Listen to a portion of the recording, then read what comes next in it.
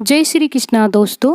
आज मैं इस वीडियो में आपको सोमवती अमावस्या और विनायक जी की कहानी सुनाने जा रही हूँ। इस कहानी सुनने मात्र से आपकी सभी मनोकामनाएं पूर्ण होती हैं। तो आइए कहानी शुरू करते हैं। पहले हम सोमवती अमावस्या की कहानी सुनेंगे। एक गांव में एक सेठ जी रहते थे। उनके 7 बेटे, 7 बहू और एक बेटी थी। सेठ जी के घर पर एक साधु महाराज भिक्षा लेने आया करते थे। तो जब साधु को सेठ जी की 7 बहू में से कोई भी उनको भिक्षा डालती तो वे बिना कुछ कहे उनसे भिक्षा लेकर चले जाते थे। लेकिन जब सेठ जी की लड़की उनको भिक्षा डालने जाती तो साधु महाराज कहते कि लड़की के सुहाग तो लिखा है, लेकिन भाग्य में दुहात लिखा है। यह बात वह सुनकर बहुत दुखी रहने लगी और सोच सोचकर पतली दुबली हो गई। एक दिन उसकी माँ ने पूछा, बेटी तुम्हें क्या दुख है? तुम इतनी पतली क्यों हो गई हो?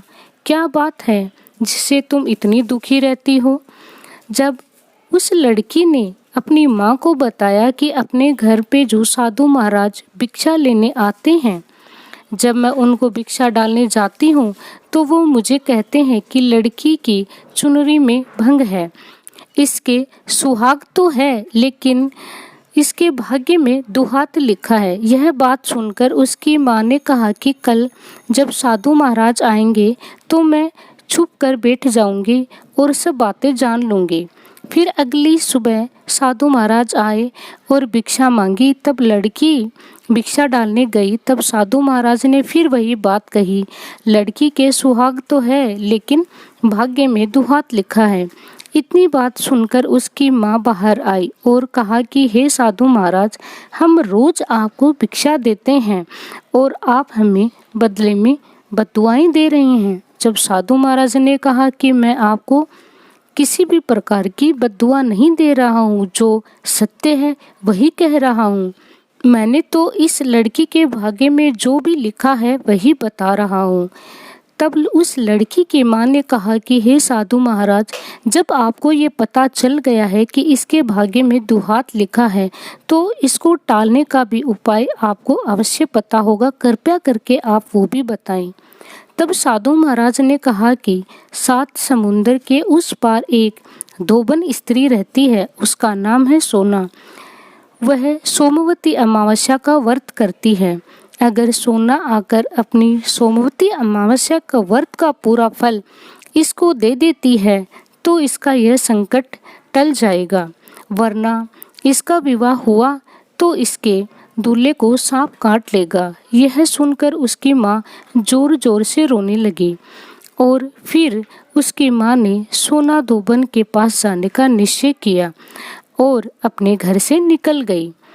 रास्ते में बहुत तेज धूप होने के कारण वह थक गई और वह एक पीपल के पेड़ के नीचे बैठ गई। उस पीपल के पेड़ के नीचे गरुड़ पंखनी का परिवार रहता था। गरुड़ पंखनी का बच्चा उस पेड़ के नीचे बैठा हुआ था। एक सांप आकर गरुड़ पंख के बच्चे को खाने का प्रयास कर रहा था। सेठ जी की पत्नी ने देखा तो उस सांप को उसने मार दिया और उसे नीचे फेंक दिया। जब गरुड़ और गरुड़ पंखनी वहां पर आए तो खून देकर सेठानी को चोंच मारना शुरू कर देते हैं। सेठ जी की पत्नी ने कहा कि एक तो मैंने आपके बच्चे को बचाया है और ऊपर से आप मुझे चोंच मार रहे हो। इनको तो सांप खाने वाला था, मैंने उसको मारकर उसको नीचे फेंक दिया है। तब ये बात सुनकर गरुड़ और गरुड़ पंखनी ने उस सांप को देखा तो वे सारी बात समझ गए और कहा कि आपने हमारे बच्चे की जान बचाई है, आप चाहे तो हमसे कुछ भी मांग सकती हैं।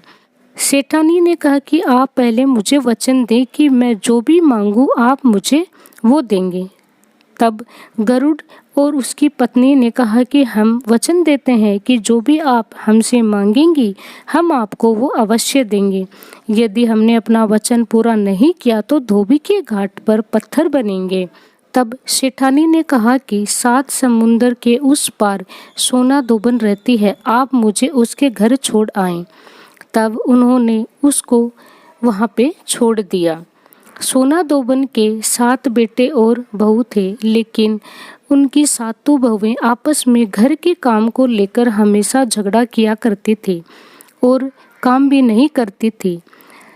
जब सेठानी ने ये सब देखा तो उसने सोचा कि अब वह उनके घर का सारा काम करेगी। तब सब सो जाते तब वह सोना दोबन के घर आकर सारा काम कर देती, झाड़ू लगाती, गाय का सारा काम करती, रसोई का काम करती, कपड़े धोती, अनाज पीसती और सुबह होने से पहले वह वहाँ से चली जाती। सोना दोबन की सारी बहुएं अपने मन में सोचती कि रात को सारा काम कौन कर देता है। वे मन ही मन में बहुत खुश हो रही थी, लेकिन उन्होंने एक दूसरे से नहीं पूछा क्योंकि वे आपस में लड़ती झगड़ती थी। एक दिन सोना दोबन ने अपनी बहुओं से पूछा कि क्या बात है, आजकल तुम लड़ाई झगड़ा भी नहीं करती हो और घर का सारा काम भी अच्छे से हो रहा है। तुम सातों में से कौन सी मेरी ऐसी बहू है जो इतना सारा काम चुपचाप से कर देती है?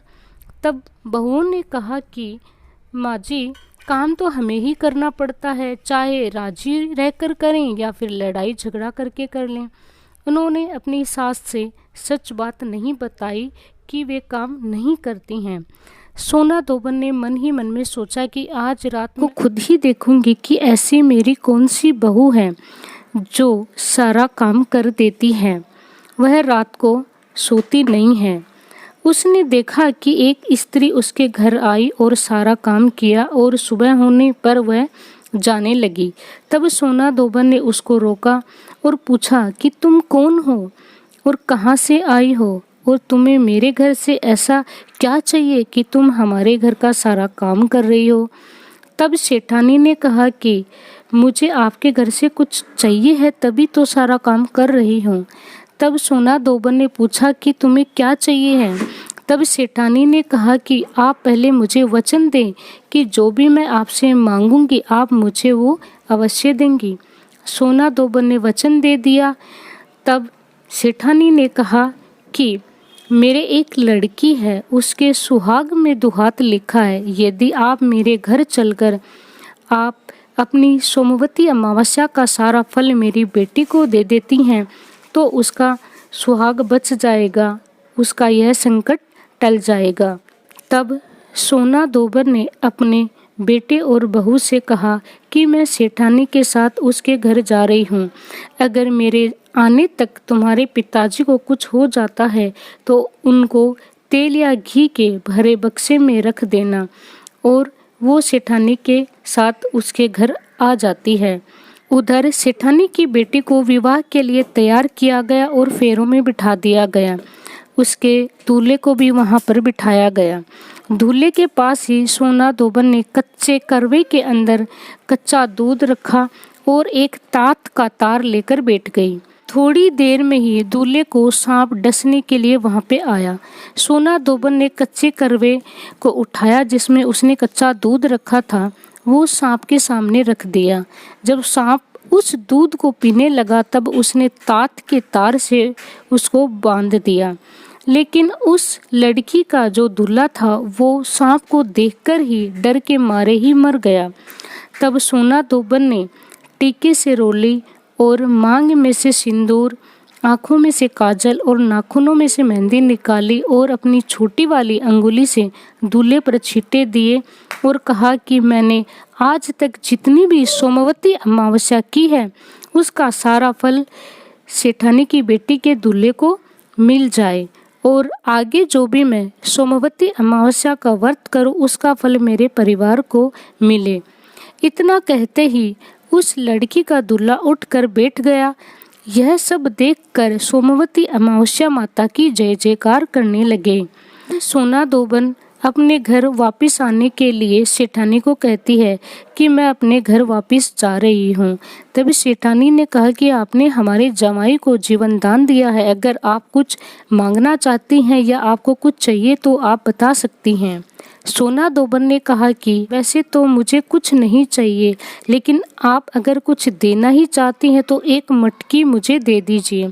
सेठानी ने उनको एक मटकी दे दी और सोना दोबन ने वह मटकी ली और वहाँ से चली गई। रास्ते में सोना दोबन जा रही थी, तब सोमवती अमावस्या आई। सोना दोबन ने उस मटकी के 108 छोटे छोटे टुकड़े किए और पीपल के पेड़ के नीचे बैठकर वहाँ पे कहानी सुनी और पूजन किया।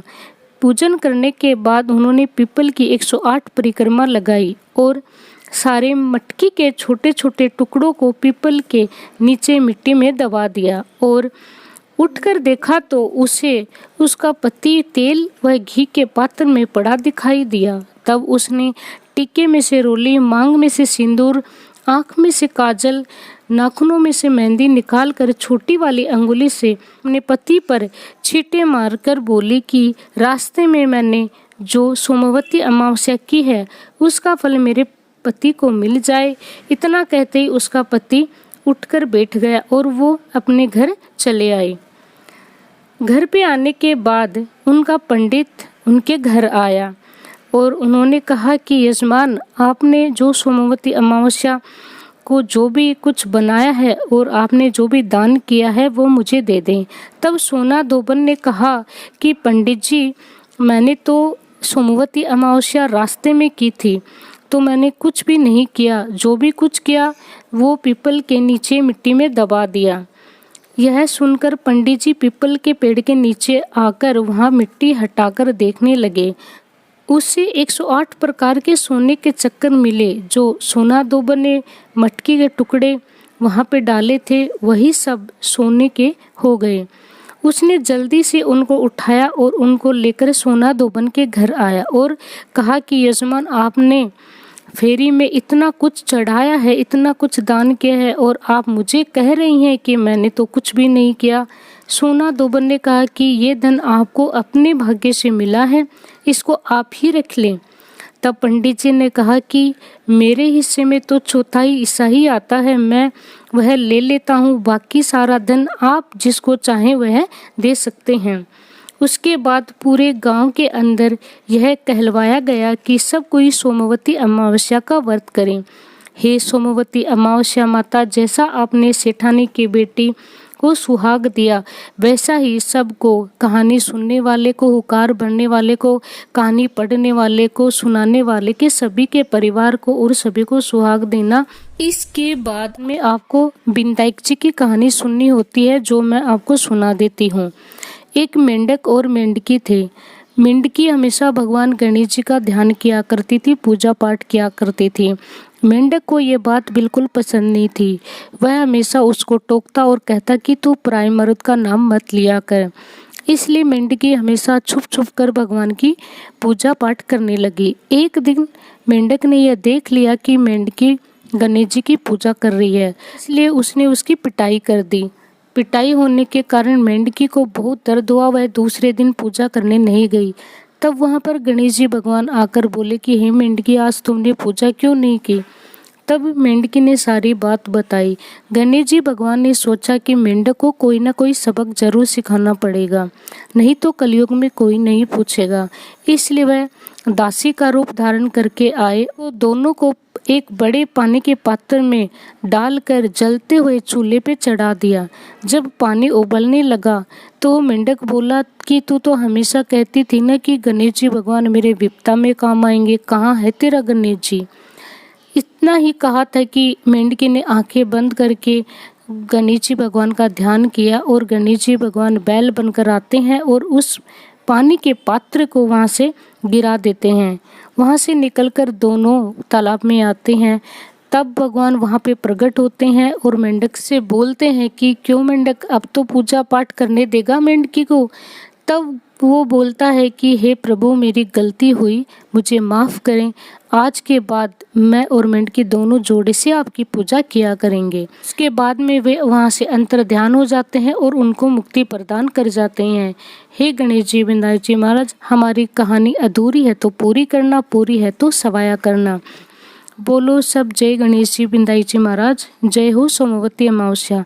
दोस्तों, ये थी सोमवती अमावस्या और गणेश जी बिंदाई जी की कहानी जो मैंने आपको सुना दी है। मेरी कहानी आपको अच्छी लगी हो तो प्लीज़ आप मेरे वीडियो को लाइक करें, शेयर करें। चैनल को अभी तक सब्सक्राइब नहीं किया तो प्लीज़ आप मेरे चैनल को ज़रूर सब्सक्राइब करें। Thank you so much.